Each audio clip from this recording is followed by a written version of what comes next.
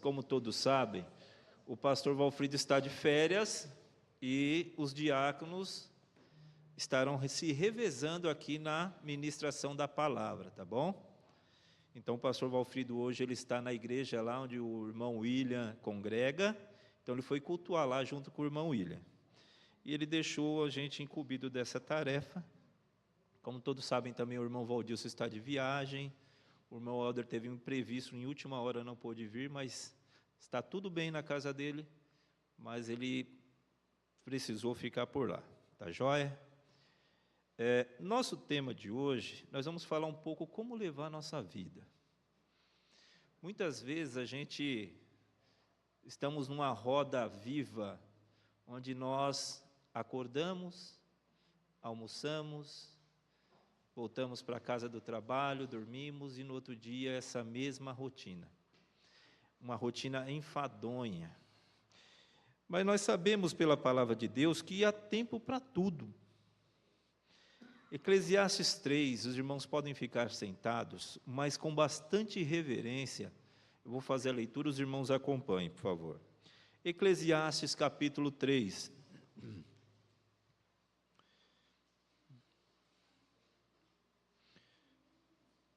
Amém? Eclesiastes capítulo 3.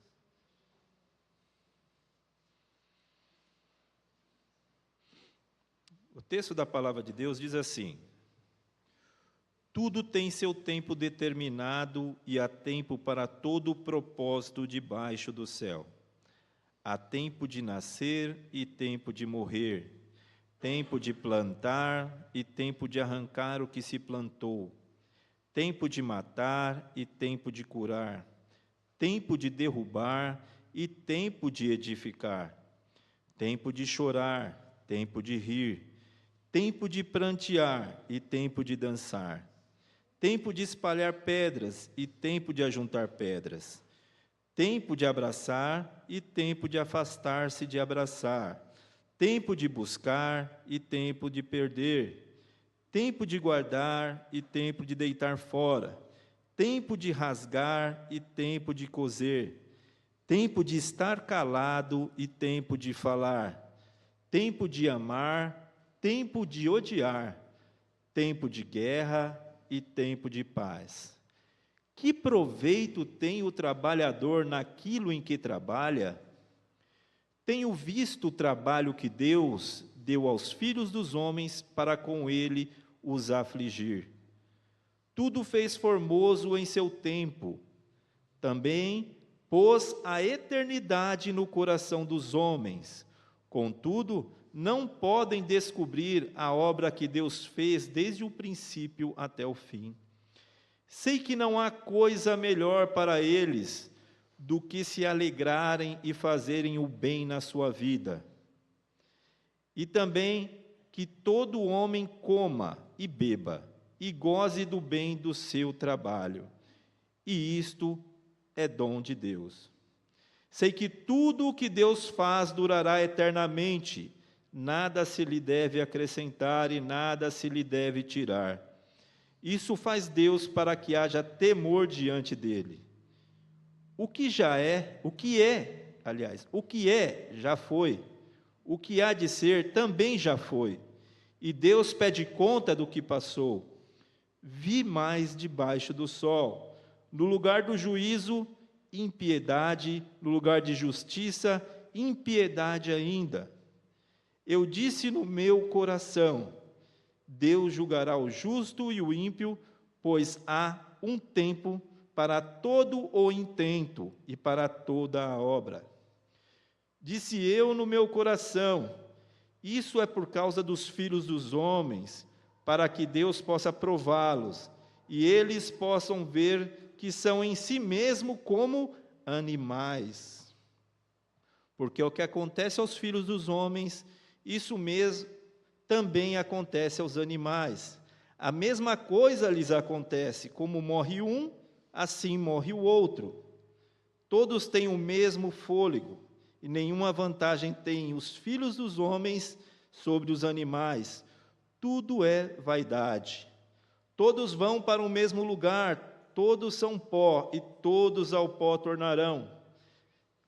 Quem sabe se o espírito dos filhos dos homens vai para cima, e se o espírito dos animais desce para a terra? Pelo que vi, que não há coisa melhor do que alegrar-se o homem nas suas obras, porque essa é a sua porção. Pois quem o fará voltar para ver o que será depois dele? Amém? Amém. Vamos orar. Senhor, meu Deus, nosso querido Pai, é no nome de Jesus, meu Deus, que eu, nessa minha pequenez, estou diante de Ti, diante do Teu povo, com essa responsabilidade de transmitir a Tua palavra. Meu Deus, pela minha capacidade, eu não posso nada, mas eu peço a Sua ajuda, meu Pai, para que eu cumpra aquilo que me foi, meu Deus, submetido. Amém. Aceita, Pai, a nossa oração, pois eu oro em nome do Senhor Jesus. Amém. Amém. Vou tirar brevemente aqui, rapidamente, a Bíblia, porque fica meio trêmulo aqui. Vou colocar uma plaquinha aqui, desculpe-me, o púlpito está em reforma para melhor servi-los. Daqui a pouco está de volta aqui, o irmão Tiago, que está nos assistindo, ele está fazendo uma reforma no nosso púlpito. Só um minuto.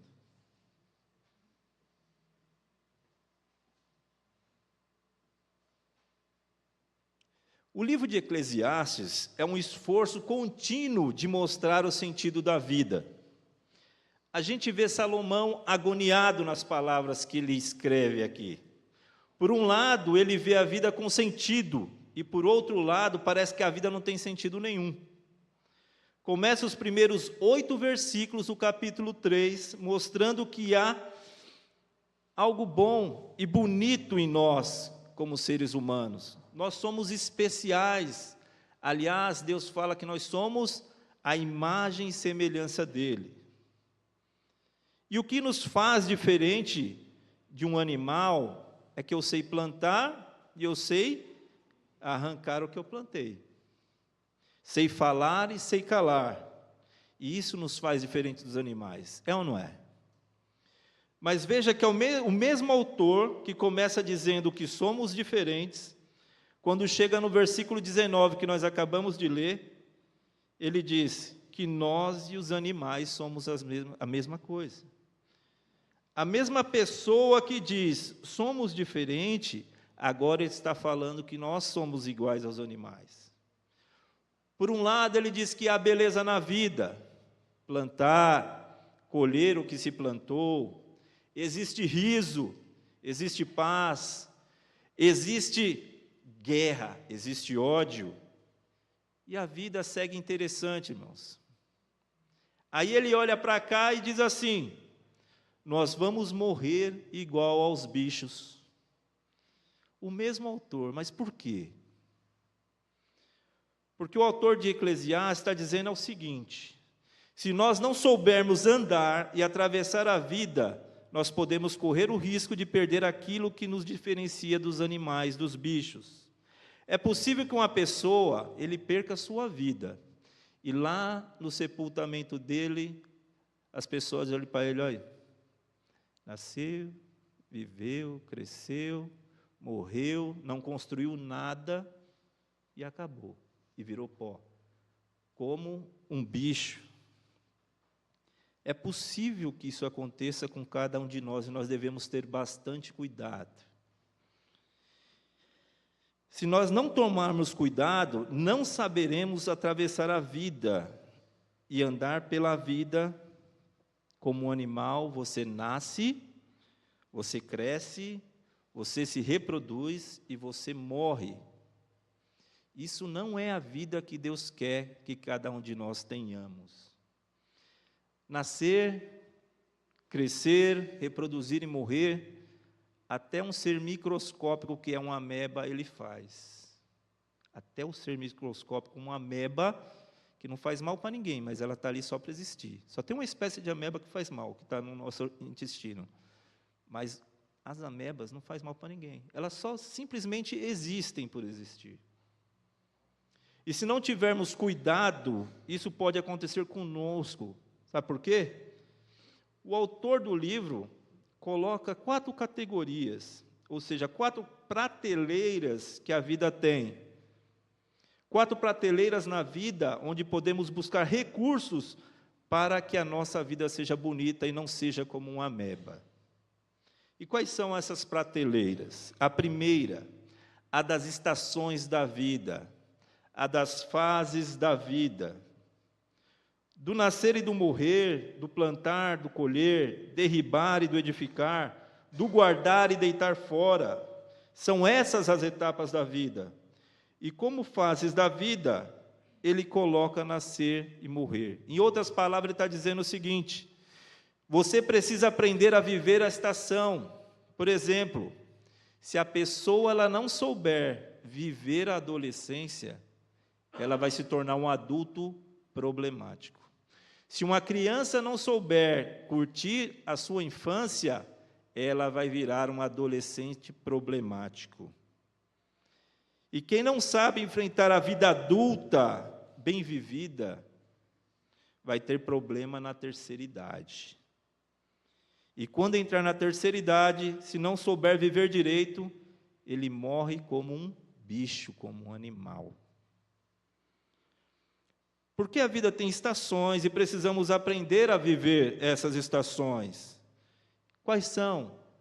Do nascer, do morrer, do plantar, do arrancar, do derribar, do edificar, do guardar e deitar fora.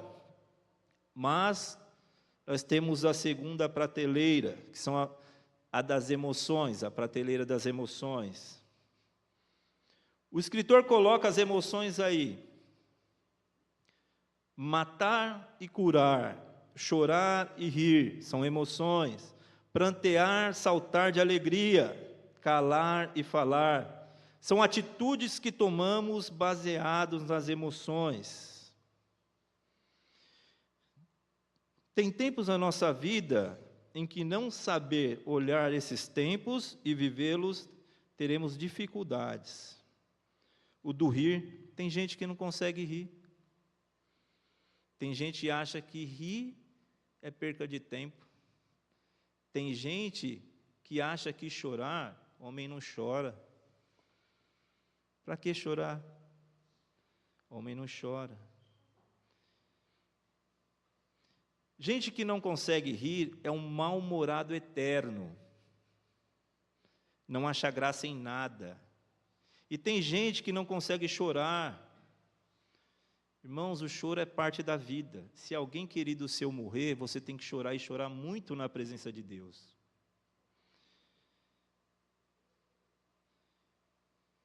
Está desesperado por alguma notícia ruim que você recebeu? Chore na presença de Deus. Mas quando chegar o tempo de rir, irmãos, ria com bastante vontade, gargalhe com bastante vontade. Tem gente que acha muito ruim viver rindo. Mas rir também faz parte da vida. Sentar com os amigos. Tem dia que eu não quero fazer nada. Mas tem um dia que eu encontro uns amigos e vou bater papo, vou jogar a conversa fora, como os irmãos aqui vão pescar, vão rir. E não é hora de você dar aula de escola bíblica para ninguém. Não é hora de você querer saber se Adão tinha umbigo ou não. Quem foi a mulher de Caim? Não tem porquê, é um momento seu de relaxar e de dar risada com seus amigos. Salomão, então, ele coloca outra prateleira dos projetos e iniciativas. Ele fala espalhar pedras, ajuntar pedras, buscar e perder, buscar e jogar fora, rasgar e coser. Isto é projeto. Vamos edificar alguma coisa? Vamos. Isso é projeto. Tem hora que temos de edificar, mas tem horas também que devemos derrubar. Tem hora de projetar e tem hora de não projetar. Nós devemos saber as horas, para podermos viver como seres humanos pensantes e não como amebas. Eu fiquei sabendo de um caso de um marido que ele abusava sexualmente da sobrinha dele, por muito, muito tempo. Para que vai investir nesse casamento? Em nome de quê? Você iniciou o projeto do casamento. Não deu certo? Jesus, para essa situação, ele dá a solução. Está manchado o leito. Pior, teve incesto de uma criança. Para que ficar insistindo e em nome de que você vai ficar insistindo? E é por isso que nos projetos existem relações, que são: é tempo de amar, é tempo de aborrecer, é tempo de guerra, é tempo de paz, tem o tempo de abraçar, tem o tempo de afastar-se de abraçar. E saber se comportar dentro disso que faz você ser diferente dos bichos e animais. Saber dar um basta num projeto que está dando errado na sua vida, é você ser diferente dos animais que seguem um fluxo contínuo. Entenda o contexto que você está inserido e tome a decisão.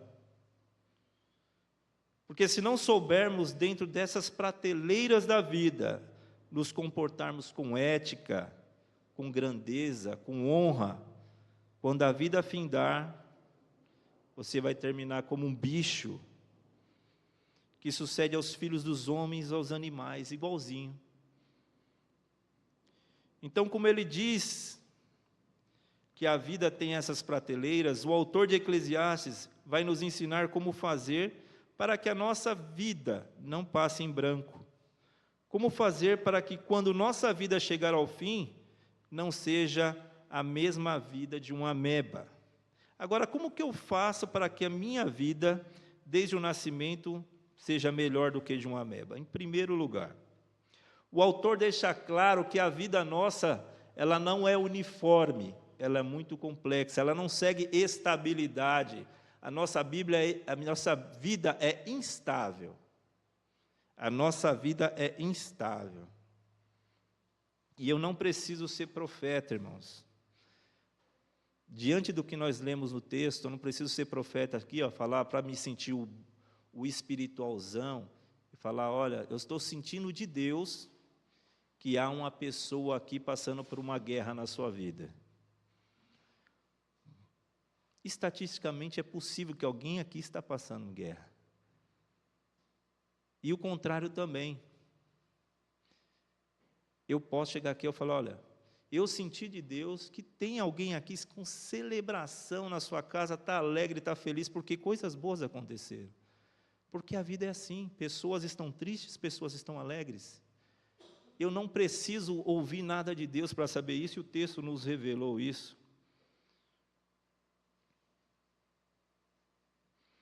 Ela é complexa, ela não é estável.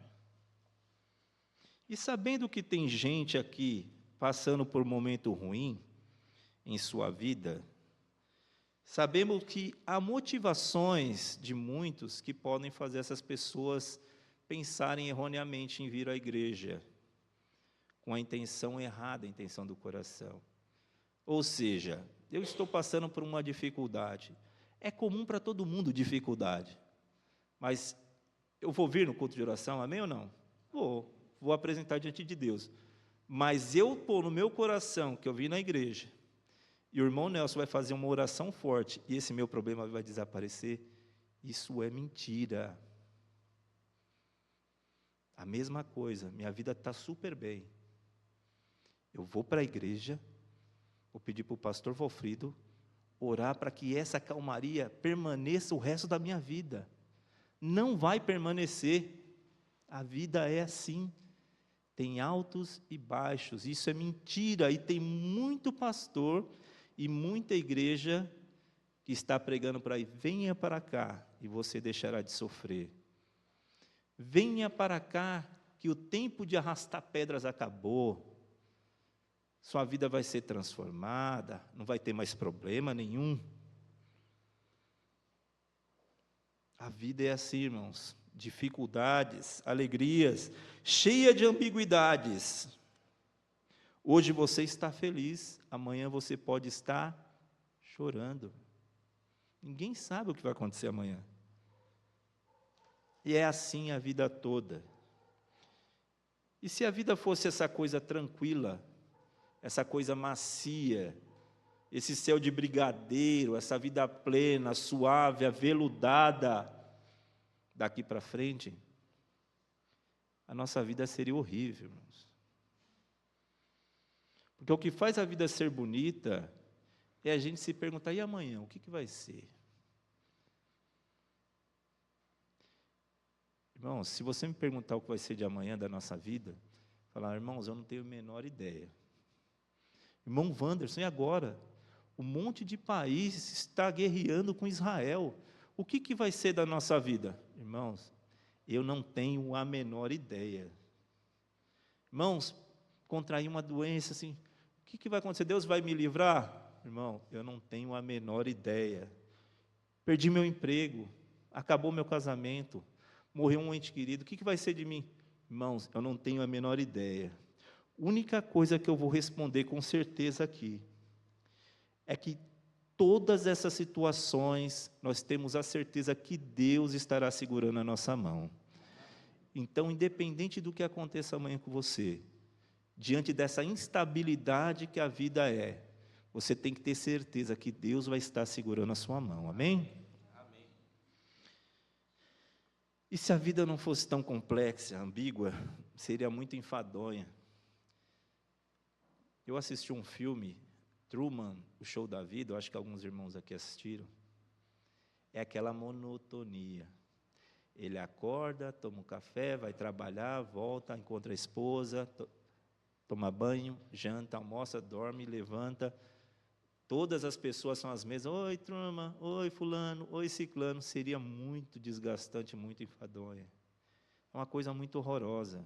Seria horrível. E o versículo 9 diz isso daí. E parece que às vezes nós vamos à igreja buscando que nossa vida seja desse jeito. Que os problemas, Deus, sumam da nossa frente. Mas, irmãos, você é o que é por causa dos problemas que você superou com a ajuda de Deus, amém? Amém. Senão você seria um molequinho mimado, imaturo, uma mulher sem maturidade emocional alguma. Mas todos esses problemas que você passou, você é o resultado deles. E a gente pede para Deus para que nós tenhamos o controle nas nossas mãos. Deus, eu não quero mais. Deus, deixa eu cuidar do dia de amanhã para que eu não tenha tanto saculejo. Mas é isso, irmãos, que faz a vida ser bonita. Essa imprevisibilidade de ninguém ter o controle. Eu não tenho controle, mas eu sei que Deus está segurando a minha mão. É uma jornada que temos, e a certeza de que Deus vai conosco nessa jornada. Em segundo lugar, além da vida ser esse complexo, intricado, ela é dinâmica. Veja lá o que diz no versículo 2. Pensa aí comigo.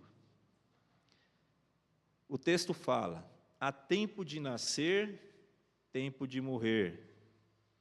Tempo de nascer é positivo. Tempo de morrer é negativo. Tempo de plantar, positivo. Tempo de arrancar, negativo. É a vida. É a vida. Tu tem o tempo. Mas será que vai manter esse padrão? Versículo 3. Há tempo de matar e tempo de curar. Aí inverteu. Matar negativo, curar positivo. Aí você continua lendo e pensa, olha, vai manter um padrão, vai manter uma ordem. Nossa vida é certinha, tem uma ordem. Não tem, é dinâmica a vida. Há tempo de chorar e tempo de rir, continua negativo e positivo.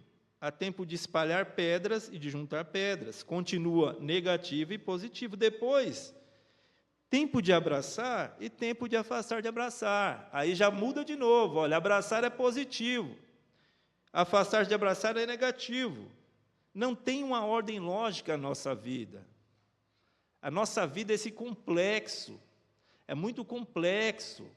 Então, mudanças vão ocorrer e você não espere padrões da sua vida, porque ela vai ter mudanças. E vai ter mudanças. Uma hora você pode estar rindo, outra hora você pode estar chorando. E quando a gente espera que algo positivo aconteça, aí vem o banho de água fria, e vice-versa.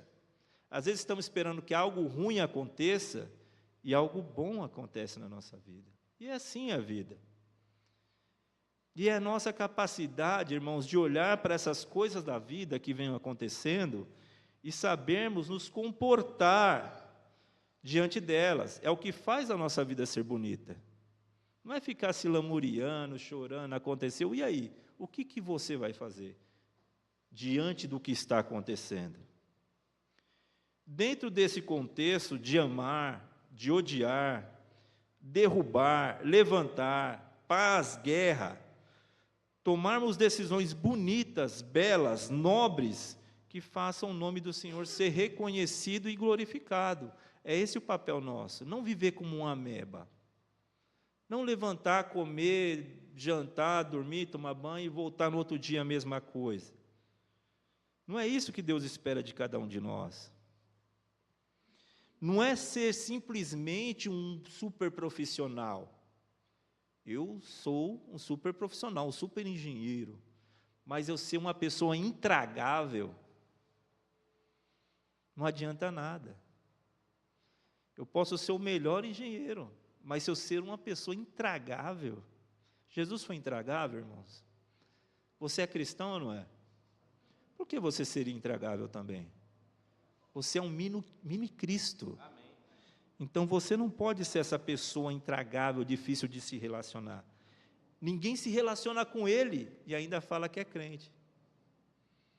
Que situação terrível. Ele faz isso porque ele não está conseguindo aplicar aquela capacidade que Deus deu para ele, para lidar com essas situações. Em terceiro lugar, a nossa vida não é uma caminhada rumo à decadência. Se prestarmos atenção no versículo 2, onde ele diz que há um tempo para cada coisa, qual o primeiro tempo que tem aí? Tempo de nascer. E qual que é o último tempo no versículo 8? Paz. Paz. A vida, para ser bem vivida, irmãos, tem que nascer e no morrer você deve ter paz. Porque senão a vida não valeu nada a pena. Eu estou brigado com meu irmão, estou ali no leito da morte. Não valeu a pena a sua vida. Você tem que nascer e morrer com paz. Começa como nascimento, mas se não terminar com paz, você pode ser rico, bonito, famoso, super lindo, poderosíssimo, que não valeu nada a sua vida. Se você não terminar com paz, você não viveu. Você simplesmente existiu, como uma ameba. Podemos citar vários exemplos de pessoas aqui, irmãos, que tiveram tudo na vida, tudo menos paz. Porque nessas ambiguidades da vida, se deixou se esmagar por essas circunstâncias, se destruiu e se tornou uma pessoa muito feia, uma pessoa fria, e não teve paz, nem na hora da morte. Não é o que nós acumulamos, não é o que você tem, não é o sucesso que você alcança, não é o dinheiro que você tem no bolso, que você coloca no bolso. É a capacidade de você estar presente quando um filho fala papai ou mamãe. É você cuidar da sua família e ter certeza que o que Deus colocou na sua mão, você está fazendo melhor. Em casa, no seu trabalho, na igreja. Isso é ter paz. Ter essa consciência tranquila do que Deus colocou na sua mão, você está fazendo melhor. Imagina você conseguir o mundo todo e perder a sua família. E perder a sua casa. Você não vai ter paz. E você vai partir sem paz. Você só existiu. Você não conseguiu viver do modo que Deus quis que você vivesse. Se relacionando com os filhos, com os parentes, tendo sucesso na sua vida com a esposa, com o esposo e com seus filhos. Em quarto lugar, versículo 9, deixa claro que não adianta o homem lutar contra esses ciclos da vida. Eu vi aí uma reportagem que um riquíssimo homem, ele está tentando prolongar a vida dele, controlando todos os elementos do sangue, ele sabe quais exercícios ele tem que fazer pela manhã, e todo dia ele faz uma sequência de exercícios, toma várias pílulas para que ele viva mais. Mas ele pode mudar o ciclo da vida? Não pode. Um dia ele vai morrer. Não adianta, irmão, nós queremos mudar pelas nossas próprias forças. O versículo 9 diz que nós nos acabamos se afadigando. Viu o trabalho que Deus pôs aos filhos dos homens, e isso tudo é aflição.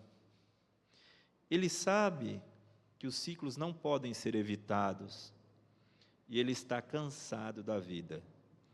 Em quinto, para vencer esses ciclos que os aprisionam, para que a nossa vida não fique escrava da monotonia, ele convida para a possibilidade mais importante na vida do ser humano.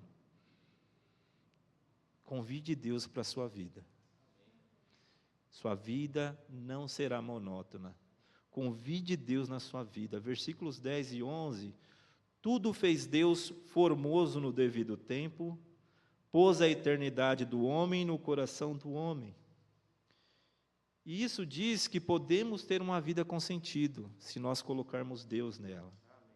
É olhar para Deus e dizer para mim mesmo, eu não vou simplesmente viver como uma ameba, a minha vida hoje faz sentido, porque eu coloquei Deus nela. Versículos 12 e 13, sexto lugar, diz, para a vida ter sentido, se você incluir Deus, nunca pense que Ele é um estraga-prazeres. Deus nunca será um estraga-prazeres. As fases e os ciclos da vida são dons de Deus. Versículo 12 e 13 diz assim, sei que não há coisa melhor para eles do que se alegrarem em fazerem um bem na sua vida. E também que todo homem coma e beba, e goze do bem de todo o seu trabalho, isso é um dom de Deus.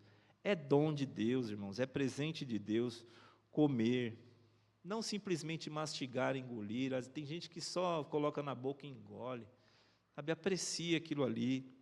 Ali é fruto de um trabalho que Deus te deu, você tem que ser grato, comer, beber e desfrutar de todo o bem do seu trabalho. E se não for presente de Deus, você pode ter tudo que você não vai ter nada. Não vai ter esse privilégio de estar ali na mesa com pessoas que você ama, desfrutando do que Deus te deu. Esse fato da vida é muito complexo, irmãos, que tem até um filósofo da Academia Brasileira de Letras, chamado Carlos Heitor Coni, ele é ateu. E ele falou o seguinte sobre o ser humano. O ser humano é um cadáver adiado. Olha, se você observar as pessoas na rua, fala, a pessoa ela tem só essa vida monótona dela, de casa para o trabalho, de trabalho para casa, de casa para o trabalho, trabalho para casa, não vive. Ele, de certa forma, tem uma razão aqui. Aí o escritor de Eclesiastes fala, não, traga Deus para a sua vida, porque aquele que tem Deus em sua vida, quando senta para comer, a comida tem um gosto diferente, irmãos, é muito mais gostoso. Irmãos, quantas pessoas estão passando dificuldade, e quando você tem um ovo frito, um arroz, um feijão, você olha para aquilo ali e dá graças, todos os dias, oh Deus, obrigado por isso, eu sei que foi o Senhor que me deu, isso é dom de Deus, irmãos. Quando ele bebe o suco tem sabor diferente. Quando deita assim a cabeça para dormir, o sono é um sono maravilhoso. Você acorda revigorado. Porque o filho e filha de Deus vê a vida como uma dádiva e não vê a vida como uma ameba que deu certo. Dom de Deus. Um escritor chamado Dallas Willard, no livro Conspiração Divina, ele escreveu a seguinte frase: Jesus, por outro lado, nos leva a um mundo sem medo. Nós falamos aqui de instabilidade do mundo. Nós teremos altos e baixos na vida cristã, mas Jesus, Ele nos leva a um mundo sem medo, independente do que você passar na sua vida. Você tem um pastor que está do seu lado, que é Jesus Cristo, amém? Amém. E Ele vai com você até o fim da sua jornada. Então é seguro você hoje fazer o bem, é seguro viver com Deus, e a vida é cheia de percalços, mas eu me sinto seguro ao lado de Deus. Aí ele termina escrevendo o seguinte, o autor de Eclesiastes: a resposta ao mundo cheio de perversidade e que nos condena a terminar como uma ameba, a resposta a tudo isso é só Deus. Coloque Deus na sua vida, que sua vida vai ser diferente. Versículo 14: sei que tudo quanto Deus faz dura eternamente, nada se lhe pode acrescentar e lhe tirar. Isso faz Deus para que os homens temam diante dele. O que é, já foi, e o que há de ser, também já foi, e Deus pede conta do que passou. A vida é ciclo, e a coisa se repete, a outra, todo mundo vai passar por esse ciclo, todo mundo vai nascer, crescer, morrer, odiar, amar, edificar, derrubar, todos nós passaremos por isso. E só tem um jeito de você dar sentido à sua vida, por esses ciclos que todos nós passamos. Só Deus pode fazer com que sua vida saia dessa monotonia enfadonha, dessa tristeza cansativa de trabalhar para comer, de comer para trabalhar, e aí você morre e vira pó, se você não tiver Deus na sua vida. Só Deus tem poder para que sua vida saia disso e tenha significado, e tenha sentido, e seja bonita. Um pastor, ele foi convidado para fazer parte de um grupo de médicos de transplantes renais, porque ele deveria estar ali no grupo. Os médicos convidaram ele: olha, você pode conversar com os pais, com os parentes daquelas pessoas que podem ser doadoras, para explicar a importância da doação do órgão. E ali, tomando café com os médicos, esse pastor chegou ao tema, né? E aí, quando a pessoa morre e tal? Aí um médico chegou assim: olha, para mim, quando descerebrou, é o fim. Já não existe mais, já morreu, já partiu e acabou. Mas que visão limitada da vida que esse médico tem? Quer dizer, que eu descerebrei, acabou, é fim. Visão muito limitada. O homem e mulher que vive sabendo o seguinte: ó, quem vive como ameba, já já eu vou descerebrar, a vida para mim não passou de uma rotina enfadonha, de fazer a mesma coisa todo santo dia, mas a mensagem do Evangelho é outra, é que existe sentido na vida, e ela é dádiva de Deus. É por isso que quando nos sentamos para comer, agradecemos todos os dias pelo pão, pelo dom maior que Deus nos deu, que é a vida. Viver é dom de Deus. Me fez lembrar, quando eu estava escrevendo essas palavras, da irmã Virgínia. A irmã Virgínia diz que quando pega um pão que pede para alguém comprar, ela vai e agradece a Deus, e agradece pelas mãos do padeiro que fez, agradece para quem colheu o trigo. Então, olha como ela tem Deus tão intrínseco na vida dela ali, ó. É assim que Deus quer que nós vivamos, para que não seja uma vida enfadonha. Ela tem sacolas de remédio que ela tem que tomar todo dia. Mas, irmãos, ela tem o melhor, que é Deus na vida dela. Amém. E nós devemos também ter essa certeza. Quando você pegar algo para comer, pensa que aquilo é dom de Deus. Não foi você que conseguiu, foi Deus que te deu. Tenha Deus sempre visível na sua vida. E tenha certeza que Deus vai passar por muitos imprevistos, mas Deus vai estar segurando sua mão e vai fazer com que você supere essas dificuldades. Você está vivo hoje, isso é presente de Deus, e só tem sentido viver se a gente olhar para a vida dizendo: Deus, muito obrigado, porque eu vivo. Eu vivo e sei experimentar todas as complexidades da vida com sua direção e com seu amor. Amém? Que o Senhor abençoe essa palavra no coração, que nós possamos viver de forma diferente. Se você acha que está enfadonha a sua vida, coloque Jesus na sua vida, você vai ver como vai mudar as coisas, como você vai enxergar de forma diferente a sua vida e aquela situação que você está passando. O irmão Nelson está com a oportunidade.